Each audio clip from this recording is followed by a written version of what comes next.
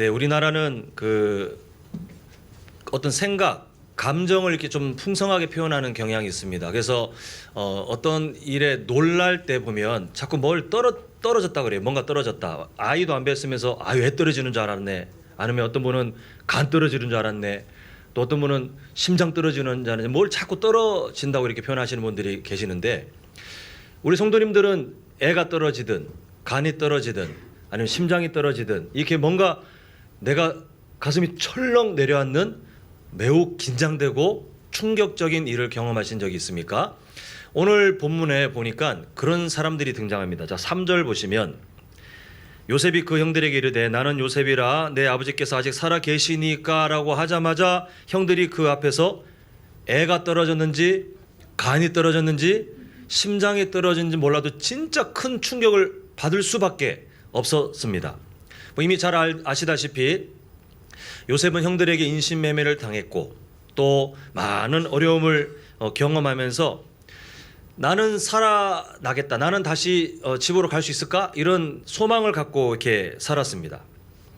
그리고 여러 우여곡절을 겪은 다음에 지금은 애굽의 절대 권력자가 돼서 식량을 찾으러, 그 가뭄 때문에 식량을 찾으러 애굽에 온 형들을 지금 마주하게 됐는데, 형들이 진짜 정신이, 그 혼비백산이라는 말처럼 정신이 나갈 정도로 엄청나게 놀란 게 이제 3절이에요. 그런데 요셉이 하는 이야기가 참 놀랍습니다. 4절 보시면 요셉이 형들에게 이르되 내게로 가까이 오소서.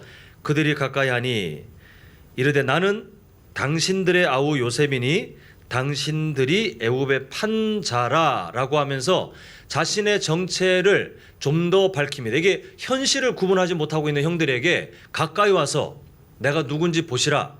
시간이 많이 지났지만 그 어릴 때 얼굴을 이제 기억을 해보라는 거죠. 그래서 요셉은 형들을 위로하는데요. 5절입니다.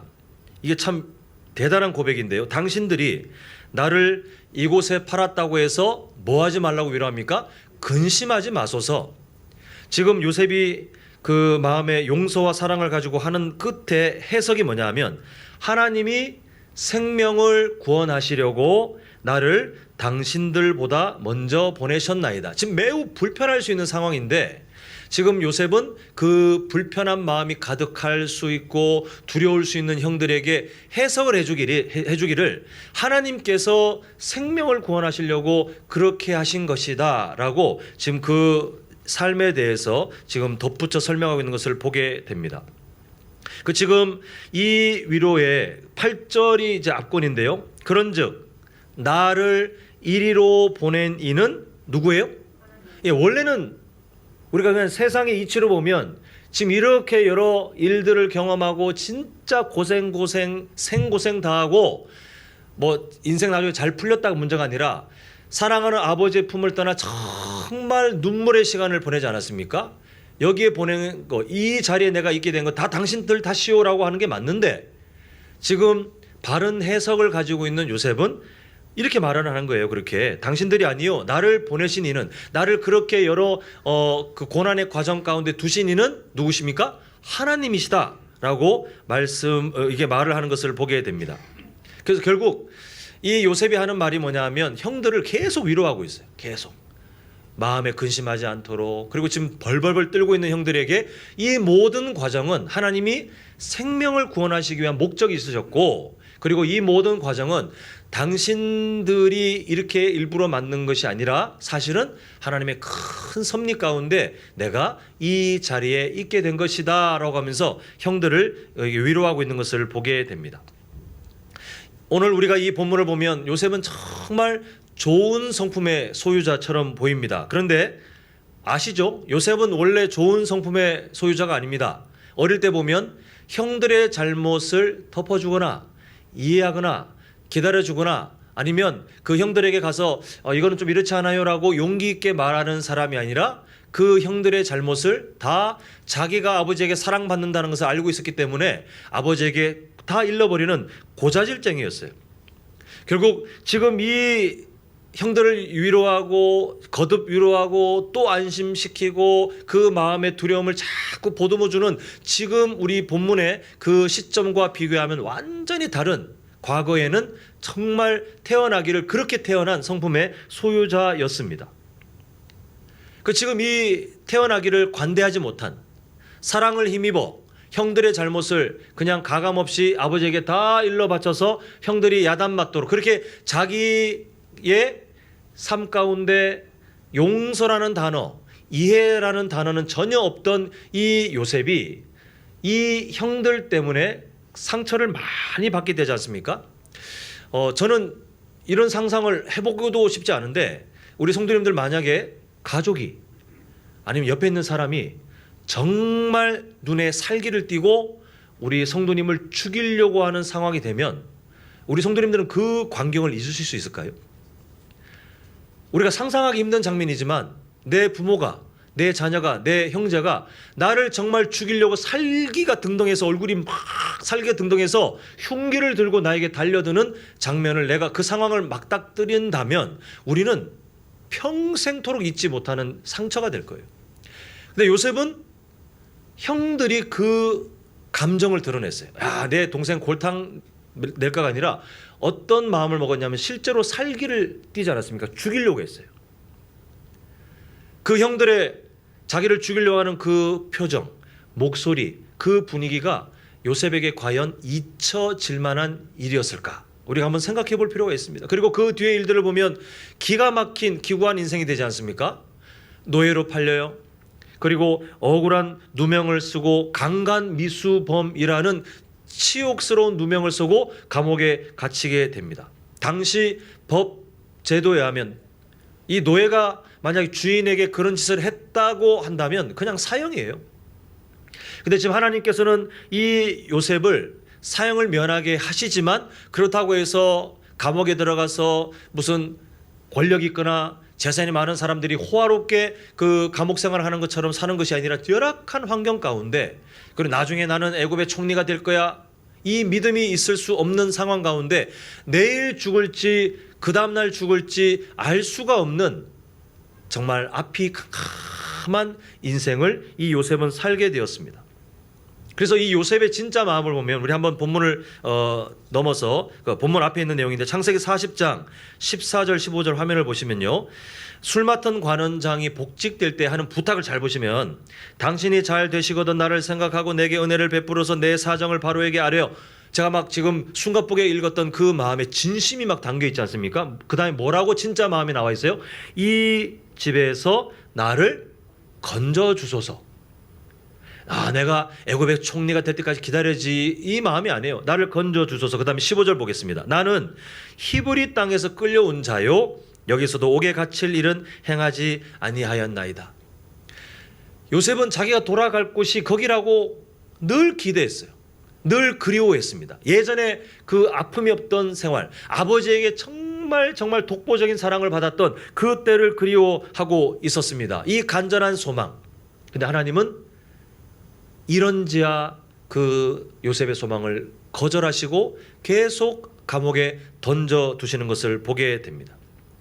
이렇게 자기가 이제는 풀려날 것 같은 아주 신락 같은 희망이 막 열리다가 보기 좋게 닫혀버린 이 절망의 상황 가운데 요셉의 마음이 얼마나 힘들었을지 우리는 성경에 어떠한 정보도 없지만 우리의 인생을 덧붙여보면 우리가 충분히 상상할 수 있는 일입니다. 아직 여전히 완전하게 해결되지 않았으나 안타깝게도 시간이 지나며 점점 잊혀지고 있는 위안부에 관련된 사건을 다 아실 줄 믿습니다. 제가 예전에 방송에서 한 그 위안부 할머님을 인터뷰를 본 적이 있는데 아마 지금은 돌아가신 걸로 알고 있습니다. 그때 그 할머니가 눈물이 크해서 했던 말이 저는 잊혀지지 않는데요. 이렇게 말해요. 지금도 편히 못 자요. 인생의 거의 이제 끝자락을 지내고 계시는 수십 년이 흘러도 수십 년이 흐른 그 분이 하는 말씀이 지금도 나는 편히 잠을 못 자요. 어떻게 그 일을 잊을 수가 있습니까? 어린 나이에 잡혀가서 정말 고통 가운데 있었던 그 시간을 이 할머니는 평생토록 잊을 수 없는 거예요. 뭐 보상 얼마 받지 않았습니까? 어떤 사람들은 쉽게 말합니다만 정말 그는 나쁜 마음 아닙니까? 평생토록 상처를 받은 그 분들이 정말 진정한 사과를 누리지 못하고 한 분 한 분 세상을 떠나고 계시는 그 사건. 그래서 그분들이 예전에 겪었던 그 상처를 잊지 못하고 있는 일들을 우리는 인터뷰를 통해서 이렇게 보게 됩니다. 그러니까 우리가 흔히 트라우마라고 하는 것은 어떤 상처가 극도로 심하게 넘어졌을 때 한 사람의 인생에 아예 각인이 되는 거예요. 그냥 시간이 지나면 해결되겠지가 아니라 시간이 지나도 해결되지 않는, 마치 시한폭탄처럼 언제든지 그 단추가 딱 눌려질 만한 상황이 되면 그런 일들이 일어날 수 있는 게 바로 트라우마예요. 자, 사진 한 장을 보여드릴 텐데 보시면, 보신 분도 계실 텐데 파병을 갔다 온 미군 여성입니다. 자기 어린 자녀와 함께 유원지에 갔어요. 정말 오래간만에 그 아이와 함께 즐거운 시간을 갖기 위해서 간 거 아니에요? 그런데 그때 어떤 일이 있었냐면 유원지니까 막 폭죽이 터지고 그런 일들이 있었는데 그 폭죽 소리에 저 미군이 정신이 나가버렸어요. 귀를 틀어막고 몸이 경직돼서 현실이 파괴되어 버린 그 장면이 사진에 담겨졌습니다.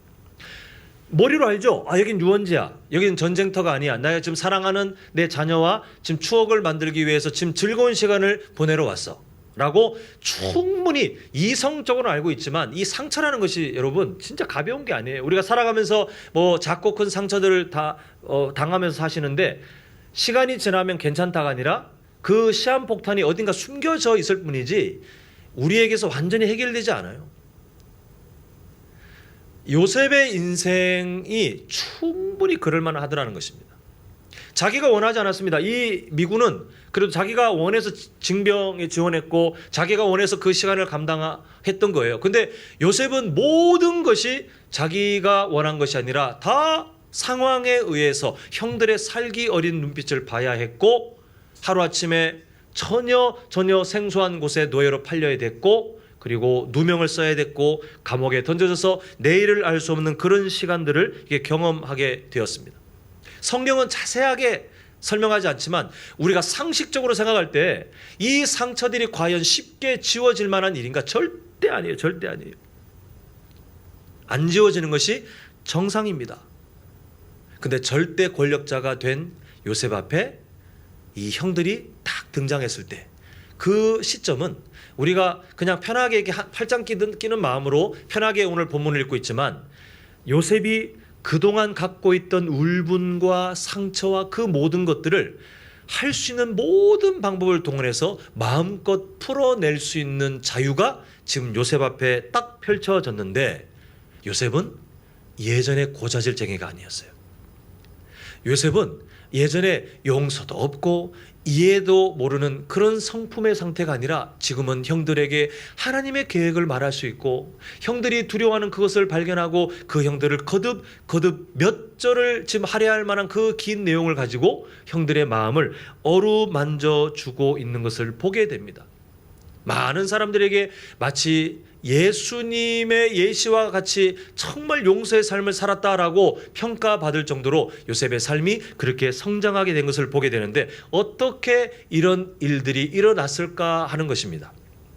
제가 예전에 그 신대원 다닐 때 전도사 생활할 때 사례비가 진짜 거의 학비로 들어가면 그냥 끝나버리는 상황이라 겨우 이제 신혼생활하면서 결혼생활을 하고 있지만 차를 운전한다는 것은 상상도 할 수 없었어요. 근데 신대원에서 집까지 또 집에서 다른 지역에 있는 사역지까지 이게 보통 거리가 아닌데 참 감사하게도 아는 분이 본인 차를 바꾸시면서 구형 그 경차를 저한테 물려주셨어요.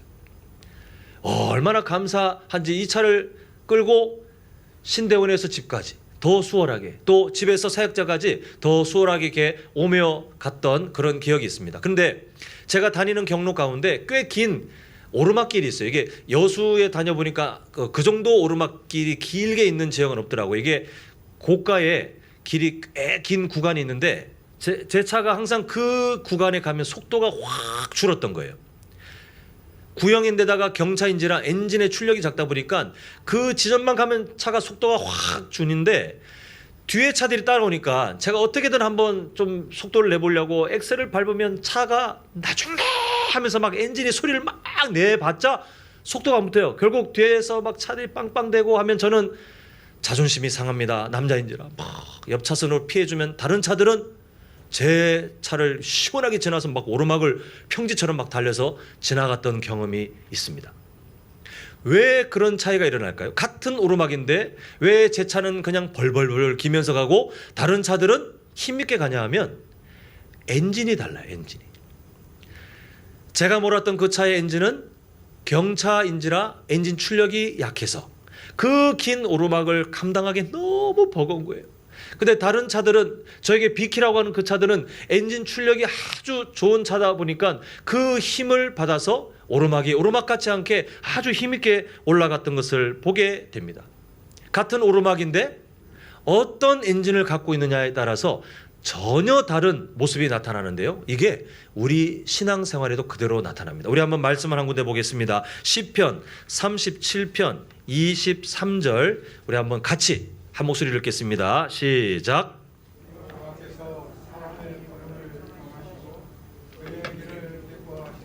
네, 하나님께서 우리에게 대하는 하나님의 태도를 보니까 하나님께서 우리를 인생에 던져놓고 그냥 방목이 아니라 하나님의 특별하신 섭리 안에 우리 인생의 걸음을 다 정하셨다는 거예요. 이게 그냥 우리가 모든 것들이 뭐 어차피 정해졌으니까 함부로 살아야지, 내가 지금 범죄하는 것도 하나님의 뜻이지, 이 말이 아니고 하나님께서 갖고 계신 큰 그림 안에 우리의 삶을 마치 조각가가 작품을 만드는 것처럼 우리를 다듬어 가신다는 의미예요. 그래서 우리가 길을 걸어가는데 하나님께서 그 정하신 그 길을 하나님이 기뻐하신다는 의미가 뭐냐 하면 그 길을 통해서 하나님의 백성들이 다듬어져가는 그 결과를 이미 아시기 때문에 하나님께서는 기쁨으로 그 일들을 진행해 가시더라는 것입니다. 요셉의 출발점이 뭡니까? 요셉은 원래 타고나기를 고자질쟁이, 그 성품으로 타고났는데 요셉의 인생의 목적지를 보니까 어떻게 변화됐어요? 다른 사람을 용서하고 상처를 덮고 그리고 하나님께서 하신 그 일들을 설명하는 비전의 사람이 되어 있는 것을 보게 됩니다. 상처라는 오르막을 여러 번 만났지만 요셉의 인생은 그 오르막에 무너지거나 아니면 탈선하는 것이 아니라 그 오르막을, 물론 당사자는 참 힘들었겠지만 나중에 거시적인 안목으로 보니 요셉은 그 오르막을 아주 힘있게 올라가더라는 거예요. 어떤 사람들은 그 오르막, 인생의 오르막을 만났을 때 넘어지고 마치 저의 구형 그 경차처럼 힘을 못 내서 막 어렵게 가는 것처럼 그렇게 힘들어하지만 요셉은 출력이 좋은 그 엔진 출력이 좋은 차처럼 그 오르막 길도 잘 넘어가고 잘 넘어가고 잘 넘어가서 총리가 되었나가 아니고 하나님께서 꿈꾸셨던 그 아름다운 성품에 도달하여 자신에게 상처를 준 사람에게도 한없는 용서와 배려와 그리고 거듭 그 사람들의 형편을 살피면서 위로할 수 있는 마음을 갖게 되더라는 것입니다. 엔진이 달랐어요. 하나님께서 요셉에게 주신 그 엔진이 달랐어요. 그것이 무엇인지를 좀 보고자 하는데요. 좀 느닷없지만 우리 창세기 38장을 보겠습니다. 찾지 않으시고 이따가 한 구절 좀 볼 때가 있는데 38장을 한번 상상해 보시면 38장이 있고 38장 앞에 37장 그리고 그 뒤에 39장이 있잖아요. 근데 이 38장은 뜬금없어요. 이 38장을 빼버리면 요셉의 이야기가 인신매매로 팔려가고 그 다음에 39장에서 애굽에서 노예로 시작하는 이야기가 아주 부드럽게 이어지는데 갑자기 시간의 흐름에도 맞지 않는 요셉의 형인 유다 이야기가 갑자기 그 사이에 끼어들어서 이야기를 방해하고 있습니다. 예전에 제가 이 비슷한 기법을 말씀드렸는데 누가 봐도 이상하잖아요. 그래서 이상하기 때문에 주목하라는 거예요. 여기에 초점을 맞추고 잘 봐라, 내가 강조하는 게 있다라고 하는 성경에 여러 군데 사용되고 있는 흔한 기법입니다. 그 38장에는 유다의 이야기가 나와 있는데 지금 그 앞장인 37장과 이어서 이렇게 보면 마치 성경이, 하나님께서 성경을 통해서 질문하시기를 요셉을 판 유다는 어떤 삶을 살았는가? 그리고 이어지는 39장에 가보면 유다가 판 요셉은 어떤 삶을 살았는가? 이걸 아주 대놓고 비교하고 있습니다. 자, 한번 창세기 38장 13절 14절 한번 화면을 보시면요. 다말이라는 그 유다의 며느리가 나오죠. 어떤 사람이 다말에게 말하되 내 시아버지가 자기의 양털을 깎으려고 딥나에 올라왔다 한지라. 지금 우리나라로 말하면 이제 5일장이 섰다. 사람들이 많이 모이는 장이 섰는데 거기에 너 시아버지가 갔다라는 겁니다. 14절 보시면 그가 그 과부의 의복을 벗고 너울로 얼굴을 가리고 몸을 휩싸고 딥나 길곁 에나임 문에 앉으니 이는 셀라가 장성함을 보았어도 자기를 그의 아내로 주지 않음으로 말미암음이라. 이 마지막 부분을 잘 보셔야 되는데 우리나라 문화로는 도저히 이해가 되지 않지만 유대 문화에는 대가 끊어지지 않도록 만약에 그 형이 죽으면 동생이 형수와 결혼해서 그 형의 대가 계속해서 이어지도록 하는 제도가 있었어요. 근데 지금 그 제도 안에 유다가 아들을 먼저 잃었습니다. 근데 또 아들이 물론 악한 짓을 했기 때문에 죽었는데 유다 입장에서는 내 아들이 하나님의 뜻을 따르지 않았구나가 보이는 게 아니라 야, 이거 이러다가는 또 죽는 거 아니야? 내 마지막 아들은 절대로 이 제도 안에 내 며느리에게 그 남편감으로 주지 말아야지. 이렇게 하나님께서 주신 제도와 맞지 않는 악한 계획을 가지고 계속해서 미루고 있다 보니 다말이 어떤 계획을 가졌냐면 이 5일장처럼 선 곳에 시아버지가 갔다는 말을 듣고는 율락 여성인 것처럼 변장해서 시아버지를 유혹하고 그리고 시아버지에게서 강제적으로 자신의 자식을 낳아 대를 이어가게 되었다는 것이 이 기가 막힌 이야기가 바로 38장의 내용입니다. 근데 이때 의문을 한번 가져볼 필요가 있어요. 며느리 다말은 그 시아버지가 5일장에 갔다라는 내용을 듣자마자 어떻게 이런 계획을 세웠고 어떻게 이런 계획을 세우자마자 실패하는 것 없이 한 번에 그냥 시아버지의 마음을 유혹하여 마치 율락 여성처럼 그렇게 유혹을 할 수 있게 되었던가.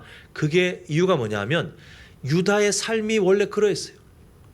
며느리도 알 정도로 유다의 삶의 정결함이 무너져 있는 것을 알았기 때문에 내 시아버지의 약점이 그것이니 내 시아버지의 약점을 공략하여 내가 억지로라도 대를 이어야 되겠다라고 다말이 충분히 머릿속에 시뮬레이션을 돌려서 그렇게 계획을 실현할 수 있었던 것입니다.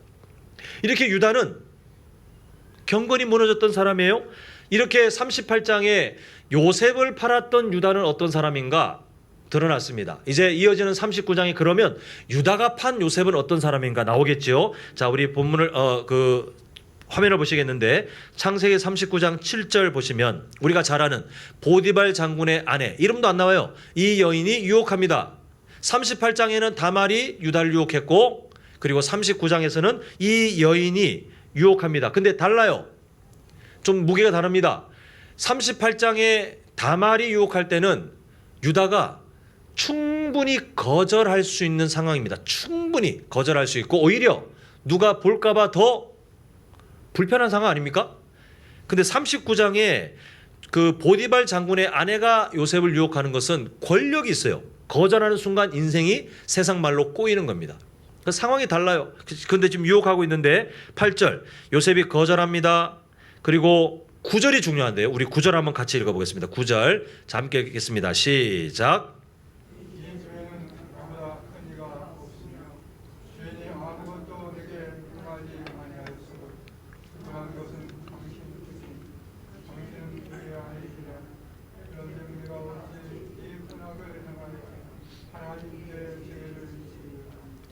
자, 지금 8절 9절에 보면 자신이 보디발 장군의 집에서 어떤 자리인지를 말합니다.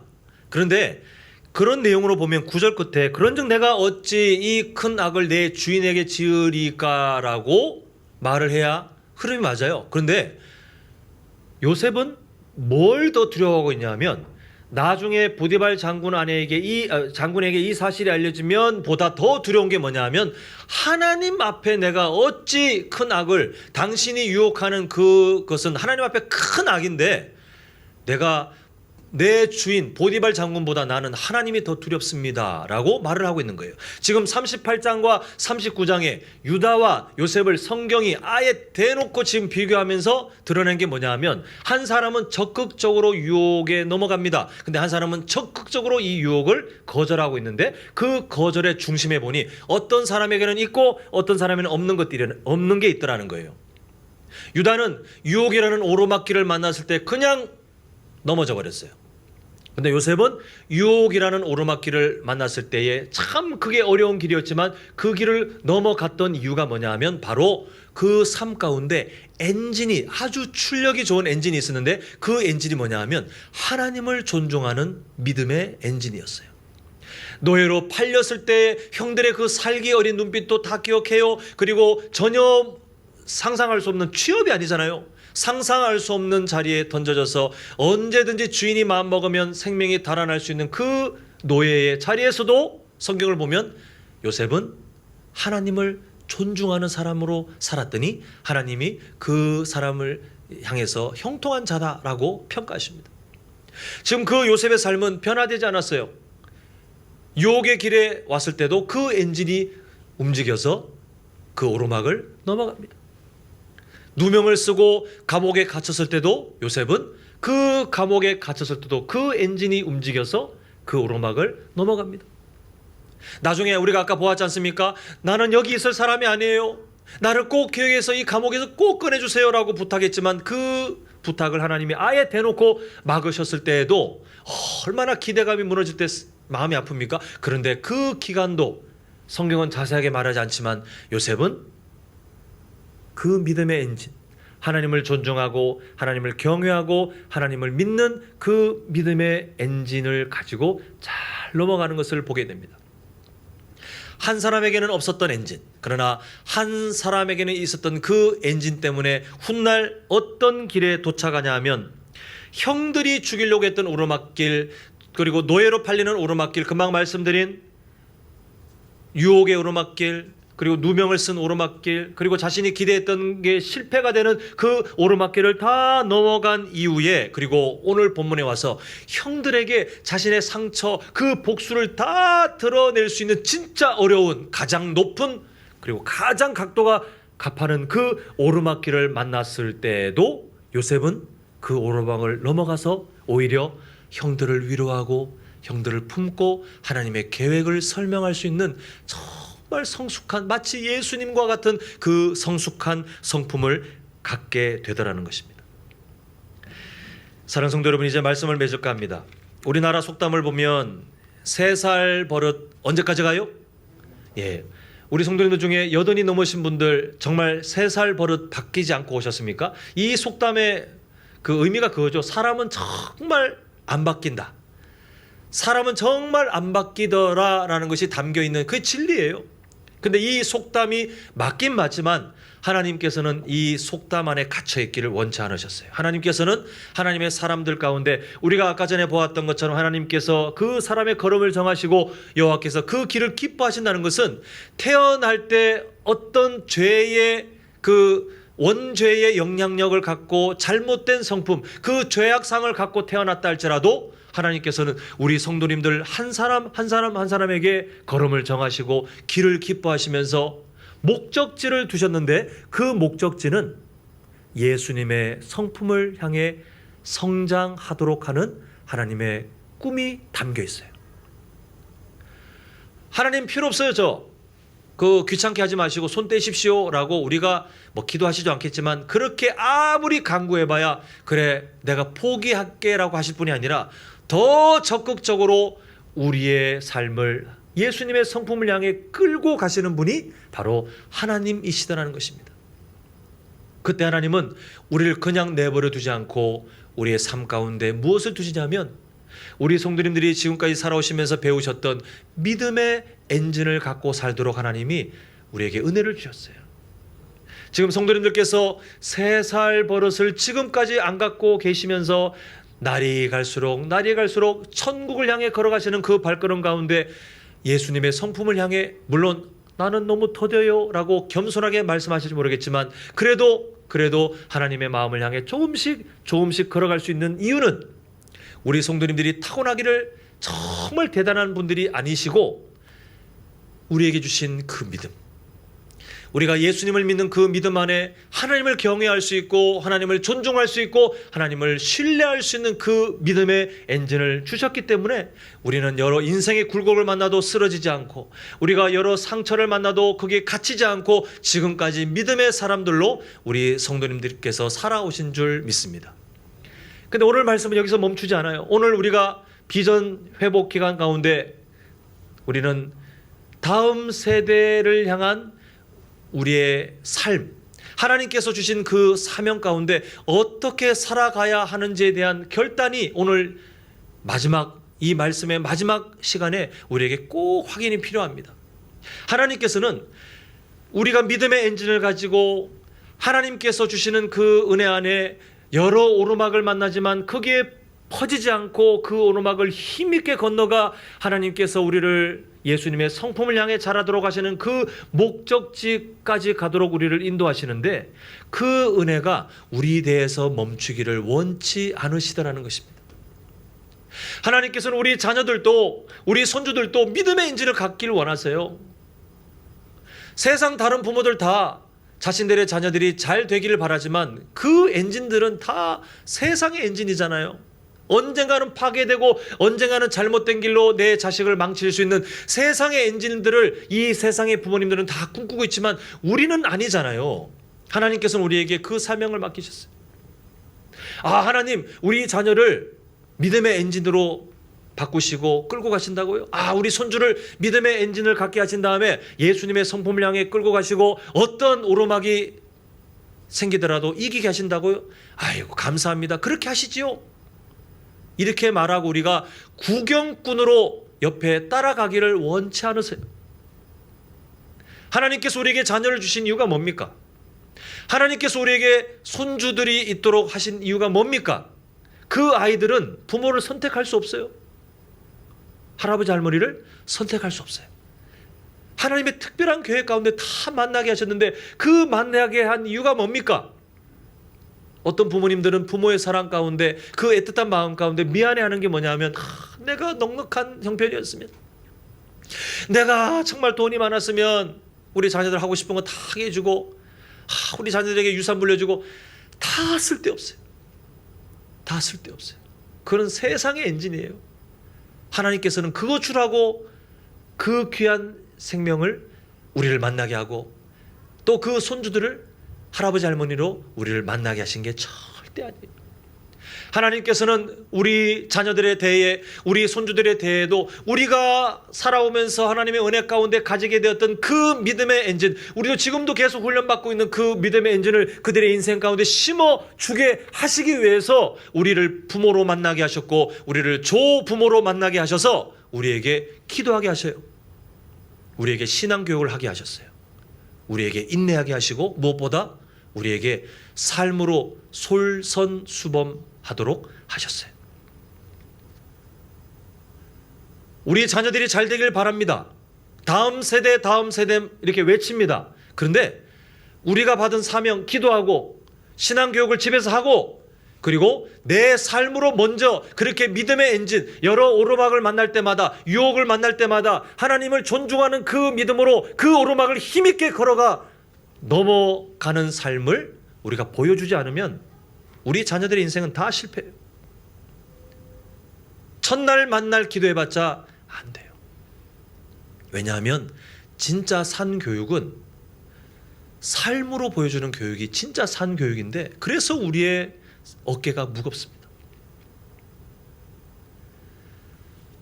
정말 바라는 것은 우리 성도님들이 먼저 변화되셨으면 좋겠어요. 이미 그렇게 살고 계시겠지만 더욱더 그 믿음의 엔진, 하나님께서 우리에게 주신 하나님을 존중하는 삶, 하나님을 경외하는 삶, 하나님을 신뢰하는 삶을 그냥 성경이라는 이론 안에 가두지 마시고 삶으로 증명해서 우리 자녀들이 훗날 우리 성도님들이 다 천국 가고 난 다음에 추억하기를, 그래 우리 아버지처럼 우리 어머니처럼 사는 게 진짜 신앙생활이지, 그래 정말 우리 할아버지처럼 우리 할머니처럼 그렇게 사는 게 진짜 믿음 생활이지라고 추억할 수 있는 믿음의 유산을 물려줄 수 있기를 간절히 소망합니다. 결단하셔야 돼요. 왜냐하면 어려워요. 목사인 저도 잘 안 되더라고요. 정말 어렵기 때문에 오늘 우리가 다음 세대를 향한 우리의 5대 비전 중에 그 비전 선포주의를 다시 한번 이 비전을 바라보는 마음으로 다 결단하셨으면 좋겠어요. 하나님, 제가 먼저 그렇게 살길 원합니다. 하나님, 저의 믿음의 엔진이 문제없이 하나님 앞에서 움직일 수 있도록 하나님 은혜를 허락하여 주시옵소서. 그리고 우리 자녀들에게 애틋한 그 눈빛을, 신앙의 눈빛을 가지고 바라보셔서 기도하십시오. 그리고 신앙교육 교회에 맡겨서 되지 않아요. 이게 우리 교회 안 됩니다가 아니라 오늘날 교회와 가정이 함께 그 2인 삼각이라는 게임 아시죠? 발을 묶고 달리는 것처럼 함께 합을 맞춰서 걷지 않으면 안 돼요. 절대 되지 않아요. 세상이 너무나도 거세게 저항하기 때문에 교회 보내면 되겠지. 아니, 천만의 말씀이에요. 집에서 아이들이 거부하든 재미없어 하든 삶으로 모범을 보이시되 신앙교육을 하십시오. 그러면 언젠가 하나님께서 일하실 때에 이 고자질적이 철없는 요셉 보십시오. 나중에 어떤 사람이 됩니까? 하나님의 비전을 사람에게 전하고 하나님께서 꿈꾸신 구원을 자신을 통해서 흘려보내는 정말 멋진 사람으로 성장하지 않습니까? 이게 우리 가정에 두신 하나님의 꿈이에요. 이걸 이루고자 우리 성도님들을 세우셨으니 낙심하지 마시고 포기하지 마시고 하나님께서 그 일을 이루실 때까지 우리 자녀들을 눈물로 기도하고 가르치고 섬기셔서 우리 모든 가정들이 하나님께 주신 믿음의 엔진이 원활하게 작동하고 힘있게 역사하는 믿음의 명문 가문들로 이어질 수 있기를 간절히 소망합니다.